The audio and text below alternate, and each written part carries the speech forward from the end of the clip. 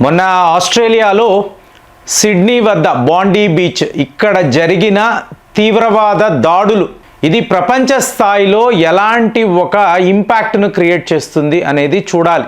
ఎందుకు ఇలా చెప్తున్నానంటే భారత్ వైపు నుంచి మీరు చూసారనుకోండి, మన ఫారిన్ మినిస్టర్ జైశంకర్ గారు ఇమీడియట్గా ఆయన ఇజ్రాయెల్ వెళ్తున్నారు. అంటే యూఏఈలో ఒక చిన్న స్టాప్ ఓవర్, ఒక మీటింగ్ తరువాత ఇజ్రాయెల్. ఇప్పుడు ఈయన ఆస్ట్రేలియా కదా వెళ్ళాలి, ఎందుకంటే ఇజ్రాయెల్ వెళ్తున్నారు. సో ఇజ్రాయెల్ అన్నప్పుడు మీకు యూదులు, ఆస్ట్రేలియాలో యూదులపైనే దాడులు జరిగాయి. దీని కనెక్షన్ ఏమిటి అంటే మోజాద్. ఆటోమేటిక్గా మోజాద్ ఇస్తున్న ఇన్పుట్స్ అనేవి చాలా ముఖ్యమండి, చాలా కీలకం. ఎందుకు అంటే ఇదంతా మీకు హమాస్ వాళ్ళు ఇజ్రాయెల్లో ఒక ఫెస్టివల్ జరుగుతున్నప్పుడు సరిగ్గా ఇలాంటి దాడులు చేశారు. ఇవాళ కూడా వీళ్ళు కిడ్నాప్ చేసిన వాళ్ళు అక్కడ హమాస్ వద్దే ఉన్నారు కదా. తరువాత మనం చూడాల్సింది పహల్గా. ఇక ఇప్పుడు సిడ్నీ వద్ద ఈ బాండీ బీచ్ ఇక్కడ ఏం జరిగింది అంటే ప్రజలందరూ ఆనందంగా సుఖ సంతోషాలతో పండుగలు చేసుకుంటూ ఉంటే ఒక జాతికి ద్వేషం ఇక్కడ చాలా కీన్గా గమనించాలండి. ఎందుకంటే ఇప్పుడు ఇది చాలా పెద్ద విషయం. ఎలా చెప్తాము అంటే ఇప్పుడు ఆస్ట్రేలియా అంటే ఏంటండి, 27 కోట్లు పాపులేషన్ ఉండే ఒక దేశం. ఇది ఎంత పెద్దది అంటే మీరు భారత్ని తీసుకున్నారనుకోండి, 42% మాత్రమే, అంటే ఒక ఆస్ట్రేలియాని తీసుకుంటే భారత్ని అందులో పెడితే 42% మాత్రమే మన సైజు ఉంటుంది. అంత పెద్ద దేశం ఆస్ట్రేలియాలో పాపులేషన్ 27 కోట్లు మాత్రమే. మరి అదే భారత్ అన్నప్పుడు 140 కోట్లు. మరి ఇక్కడ ఒక తీవ్రవాది ఏమంటున్నాడు, మనమంతా ఇలాగే ఉండాలి అంటే మనము ఆత్మాహుతి దాడులకు పాల్పడాలి, లేకపోతే వీళ్ళు మనల్ని బతకనివ్వరు, మరి నువ్వు చనిపోతున్నావు కదా. ఇలాంటి ఈ బ్రెయిన్ వాష్ ఢిల్లీలో ఒక డాక్టర్ అన్నాడు. సో ఇతన్ని ఇన్స్పిరేషన్గా తీసుకొని ఎంతమంది ఇవాళ ఈ సాజీద్ అక్రమ్ అని మాట్లాడుతున్నాం, అలాగే నవీద్ అక్రమ్. విచిత్రము, వీళ్ళు తీవ్రవాదులా అంటే తండ్రి కొడుకు అండి. మీరు నమ్ముతారా? కొడుకు వయసు 24 ఏళ్ళు. ఇక్కడ కాలేజ్ పూర్తి చేసుకొని ఎక్కడ ఉద్యోగాలు అని వెతికే వయసు. మీకు ఇతని చేతిలో ఒక మిషన్ గన్ను, తండ్రి చేతిలో ఒక మిషన్ గన్ను, ప్రొఫెషనల్గా కాల్పులు.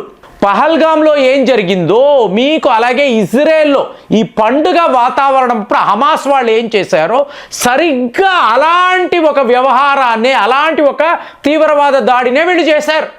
మరి ఇదంతా చూశారనుకోండి, వీళ్లకు ఖచ్చితంగా ట్రైనింగ్ ఇవ్వబడి ఉంది. లేదు అంటే ఇప్పుడు మీ చేతికి ఒక రివాల్వర్ ఇచ్చారనుకోండి, మీకు ఎలా వణుకుతుంది. మీరు దీన్ని ఏం చెయ్యాలి, ఎవరో ఒకళ్ళ మీద కాల్పులు చెయ్యాలి కదా, కుదరదు. అదే మీరు అమెరికాలో తీసుకున్నారు అనుకోండి, ఒక పిల్లవాడు కూడా అంటే ఈ సినిమాలు చూసి, యానిమేషన్ చిత్రాలు చూసి వాడు నేర్చుకొని, అంటే ఎవరి మీద అంటే వాళ్ళ మీద కదా, టార్గెట్ ఉండదు. స్కూల్లోకి వెళ్ళాడు, పిల్లలు చదువుకుంటూ అందరి మీద కాల్పులు. సో సరిగ్గా అలాంటి వ్యవహారం, అందుకంటే వరల్డ్నే ఇంపాక్ట్ చేస్తుంది. ఆస్ట్రేలియాలో జరిగింది ఎంత పెద్ద ఒక నేషనల్ సెక్యూరిటీ ఇష్యూ అంటే 27 కోట్ల పాపులేషన్ ఉండే ఒక దేశంలో వాళ్ళ ఇంటెలిజెన్స్ ఏం మాట్లాడతారండి, వాళ్ళు 5 ఐస్ నేషన్స్ అంటారు. మాది అత్యుత్తమమైన ఇంటెలిజెన్స్ వ్యవహారము, మాకు అమెరికా నుంచి ఇన్పుట్స్ వస్తాయి, ప్రతి వాళ్ళు కూడా మాతో ఇన్ఫర్మేషన్ని షేర్ చేసుకుంటారు, సేఫ్ కంట్రీ అని చెప్పి మాట్లాడుకుంటారు. నేను నిన్న చెప్పాను 1996లో ఒక మ్యాసకర్ జరిగింది. దాని తరువాత ఇవాళే ఇంత పెద్దది. నేను మాట్లాడుతున్నప్పుడు 12 మంది అన్నాను, అలా వీడియో అవుతున్నప్పుడే 16 మంది, 45 మందికి పైగా గాయాలు. ఇందులో ఎంతమంది ఉన్నారు, ఎంతమంది పోయారు. ఇప్పుడు ఇష్యూని గమనించారు అనుకోండి, వీళ్ళు ఇలా ఆస్ట్రేలియాలోకి ఎలా వచ్చారు, ఇన్నేళ్ల పాటి తుపాకులు, మీకేంటి ఇంప్రొవైజ్డ్ ఎక్స్ప్లోజివ్ డివైస్ వాళ్ళ కారులో దొరుకుతుంది. అంటే బాంబులు పెట్టుకొని వీళ్ళు ఆస్ట్రేలియాలో తిరుగుతున్నారండి, సిడ్నీ లాంటి పట్టణాల్లో తిరుగుతున్నారు. అంటే మీకు ఈ దేశం ఎంత పెద్ద ప్రమాదంలో ఉందో చూడండి. కాబట్టే జైశంకర్ గారు అర్జెంటుగా ఇజ్రాయెల్కి వెళ్ళి అసలు ఏం జరుగుతుంది. ఇప్పుడు సిఐఏ వాళ్ళకి తెలియదా అండి?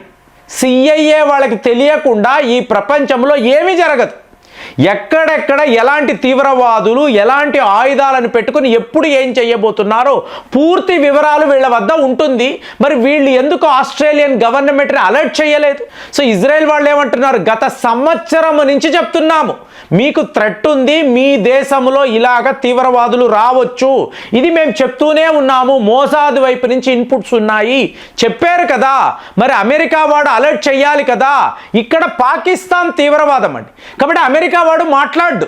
ఎందుకంటే ఇవాళ ప్రపంచంలో ఎక్కడైనా ఒక రష్యా పైన ఒక భారత్ పైన లేదా ఇలాగా మన మిత్ర దేశాలు ఆస్ట్రేలియా జపాన్ ఇక్కడ తీవ్రవాద కార్యకలాపాలు జరగాలి అంటే మీకు అమెరికా వాడి పర్మిషన్ ఉండాలి. అంటే ఈ ప్రపంచంలో ఒక బ్యాలెన్స్ అనేది ఉండకూడదు. బ్యాలెన్స్ ఉండకూడదంటే ఇలాంటి తీవ్రవాదులు మీకు ఎక్కువ స్థాయిలో రావాలి, వాళ్ళకి ట్రైనింగ్ ఇవ్వాలి, ఫండింగ్ ఇవ్వాలి. ఇదే వీళ్ళ పని. అమెరికా పాకిస్తాన్ చేస్తున్న పని ఇదే. సో ఇప్పుడు ఈ పరిస్థితుల్లో భారత్ తనని తాను కాపాడుకోవాలి. ఇజ్రాయెల్ వాళ్ళు ఇంకా కూడా అమెరికానే నమ్ముకొని మా బిగ్ బ్రదర్ మాకు అవసరమైతే నువ్వేంటే లేదండి. ట్రంప్ గారు వచ్చిన తరువాత ఈ సమీకరణం మారిపోయింది. అతను తనకు ఎక్కడ బెనిఫిట్ ఉందో ఆ పనులు మాత్రమే చేస్తున్నాడు. ఇక్కడ ఇజ్రాయెల్ లేదు యూదులే మన అమెరికాను పరిపాలిస్తున్నారు, సో వాళ్ళ వల్లే అమెరికా, ఇవన్నీ ఏమీ లేదు. దీనివల్ల నాకు బెనిఫిట్ ఏమిటి? వీళ్ళు యూదులా హిందువులా ముస్లిములా క్రైస్తవులా అనవసరం. నాకు నా డబ్బు కావాలి, నా వ్యాపారం కావాలి, అది మాత్రమే నేను ఆలోచిస్తున్నాను. ఇంత ఒక ప్రమాదకరమైన వ్యవహారము మీకు అక్కడ అడ్మినిస్ట్రేషన్లో ఉన్నప్పుడు ఇంకా కూడా ఇజ్రాయెల్ వాళ్ళు అమెరికా యూరోప్ అంటే ఉపయోగం లేదండి. మార్పు రావాలి, మార్చుకోవాలి. లేకపోతే యూదులు ఎక్కడ కనిపించినా మీకు వాళ్ళ మీద దాడులు ఉంటాయి. ఇది చరిత్ర చెప్తుంది. అందుకే ఇప్పుడు జయశంకర్ గారు వెళుతున్నారు. అసలు మీరు ఏం చేస్తున్నారు? వరల్డ్ ఫేమస్ మోసాద్ అంటున్నారు, మీకు తెలియదా? మీరు వెళ్ళి ఆపాలి కదా. వేరే దేశం కాదండి, మీ యూదులే పోయారు కదా. వాళ్ళు టార్గెట్ చేస్తున్నారు, మిమ్మల్నే టార్గెట్, జూయిష్ పాపులేషన్ టార్గెట్ చేస్తున్నారు. ఇది మీరు ఎందుకు గమనించలేదు? ఇది అడుగుతాడండి జయశంకర్ గారు అయితే. ఎందుకంటే రేపు ఇక్కడ భారత్లోనూ క్రిస్మస్ పండుగ ఉంది, తరువాత మళ్ళీ సంక్రాంతి అంటాము, వరుస పెట్టి పండుగలు ఉన్నప్పుడు ఇక్కడ అలాంటి ఒక థ్రెట్ ఉంటే వస్తున్నారు, కాల్పులు జరుపుతున్నారు, తరువాత పోలీసులు వీళ్ళని కాల్చి చంపేస్తున్నారు, అయిపోతుంది. ఇదే మన ఆర్డర్, మనం ఇలాగే ఉండాలని వాడు చెప్తూ ఉంటే నీ చేతిలో మిషన్ గన్ ఉంది, నువ్వు బయటికి వస్తావు. ఇమాజిన్ అండి, భారత్ లాంటి దేశంలో మీకు ఇంతంత పాపులేషన్ ఉన్నప్పుడు ఒకడు తుపాకీ పట్టుకొచ్చి ఇష్టం వచ్చినట్టు కాల్చేసి తనని తాను కాల్చుకొని చచ్చిపోయాడు అనుకోండి, దీన్ని ఎలా ఆపుతారు? సో ఇది చాలా పెద్ద వ్యవహారం. ఎక్కడో ఆస్ట్రేలియాలో సిడ్నీలో జరిగింది అనుకుంటే కాదండి, ఇది ఒక యూనివర్సల్ ప్రాబ్లమ్గా మారింది. సో అమెరికాలో అయిపోయింది, యూకేలో అయిపోయింది, ఇవాళ ఆస్ట్రేలియాలో. సో ఈ తీవ్రవాదులకి మన జాతి అది ఎదగాలి, ఆలోచనలే లేవు. మనం ఇలాగే బతకాలి, కాల్పులు జరపాలి, మనల్ని మనం కాల్చుకొని చచ్చిపోవాలి, లేదా పోలీసులు మీకు ఆర్మీ వాళ్ళు ఈ పని చేస్తారు. వీఆర్ రెడీ అని ఒక తండ్రి కొడుకు, సరే తండ్రి పోయాడండి, కొడుకు 24 ఏళ్ళు, వీడు తుపాకీ పట్టుకొని ఇలాగ ప్రజల మీదకి వస్తే ఈ ప్రపంచాన్ని ఎవరు కాపాడుతారు? ఇవాళ ఆస్ట్రేలియా ఇంత సెక్యూరిటీ ఉన్న దేశం అంటారు, అక్కడే ఇదే పరిస్థితి అంటే జయశంకర్ గారు చాలా పెద్ద ఇష్యూస్ ఇజ్రాయెల్లో లేవనెత్తాలి.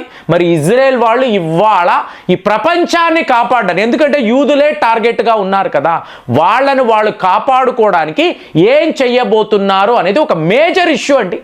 ఇదేదో ఒక చిన్నపాటి వ్యవహారం మనం అనుకోకూడదు. దీనిని ప్రపంచ స్థాయిలో తీసుకువెళ్ళే బాధ్యత ప్రతి ఒక్కరికి ఉంటుంది. మరి ఇవాళ జయశంకర్ ఇజ్రాయెల్ వీళ్ళు ఏం చెయ్యబోతున్నారు, మీకేమనిపిస్తుంది? కామెంట్స్లో రాయండి. మళ్ళీ వచ్చే వీడియోలో కలుద్దాం. జై హింద్.